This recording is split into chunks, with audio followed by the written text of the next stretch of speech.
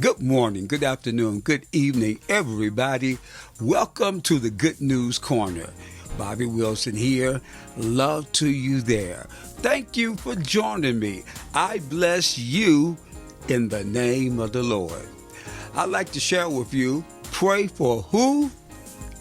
All throughout Jesus' ministry, he constantly turned things upside down for those listening. The religious leaders at that time had grown distant from following the laws of God. Jesus' teaching helped bring them back to the heart of the law, but he often did so through surprising ways. Most of us probably think we do a great job at loving other people, but if we're really being honest, most of us probably spend our time loving those who also love us back. It's a lot easier to love the people who we are friends with. When there's trust built over time and common ground, it's easy to love. Jesus says that loving those who love you is not enough. In Luke 6:28, he challenges us even further. He says we are to bless those who speak negatively about us, and we are to pray for those who mistreat us. If you've ever been mistreated by someone or had someone speak negatively about you, then you know how hard it can be to love that person. It is hard to love unloving people, and yet Jesus did exactly that. When we're at our worst, he still loved us. If you find it hard to bless those who mistreat you, begin with prayer. Between you and God in prayer, ask him to help soften your heart. Ask him for justice in a specific situation, but also for there to be restoration. Every person who exists is a person Jesus wants to love.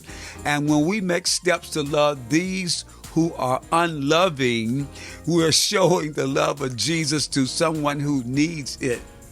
As we take steps to pray for those who mistreat us, we become more like Jesus. Take a few minutes right now to pray. Ask God to help you grow in love towards those around you. If there's someone who has hurt you, ask God to begin healing your heart. Say a prayer for that person as well. Ask God to be with them, to help them, and to make a way for their heart to be softened as well. Thank Jesus that he loved us even when we were unloving. Thank you for joining me on the Good News Corner. I'm Bobby Wilson. It's a joy, it's a pleasure to share the gospel of Jesus Christ, the good news of his death, burial, and resurrection. And once again, we thank God for his grace and mercy. Let's continue on looking at how to build strong character. Paul, the author of the letter to the church in Rome, frequently encouraged the believers in Rome amidst the persecution and adversity that they were experiencing. The first half of Paul's letter corrects some of their thinking, while the second half focuses on their character and actions. In Romans 12, Paul is encouraging the believers to let love be the primary motivation for everything they do. When love is the foundation of who they are, then God can renew and transform every area of life. When they allow God to transform their character, that's when they're able to be joyful in hope, patient in affliction, and faithful in prayer. Christians have a unique hope in Jesus.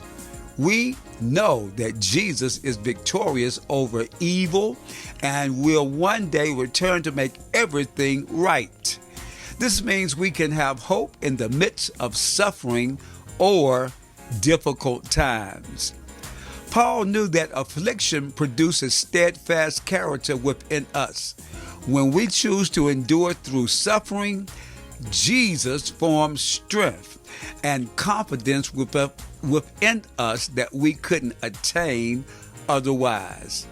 But perseverance through affliction also requires constant communication with the one who transforms us through his love.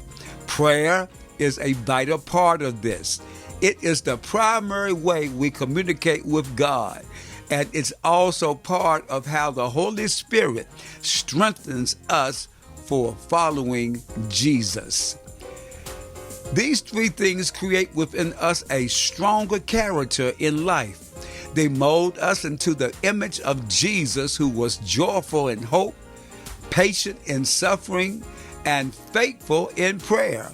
So today, take some time to think of a few ways that you can become more like Jesus in these areas. Thank you for joining me on the Good News Corner. Bobby Wilson here. Love to you there. I bless you in the name of the Lord. You know, the word says all things work together for the good of them who love the Lord. So I bless you in the name of the Lord. The Lord bless you and the Lord keep you. The Lord make his face to shine upon you and be gracious to you. The Lord lift up his countenance upon you and give you peace.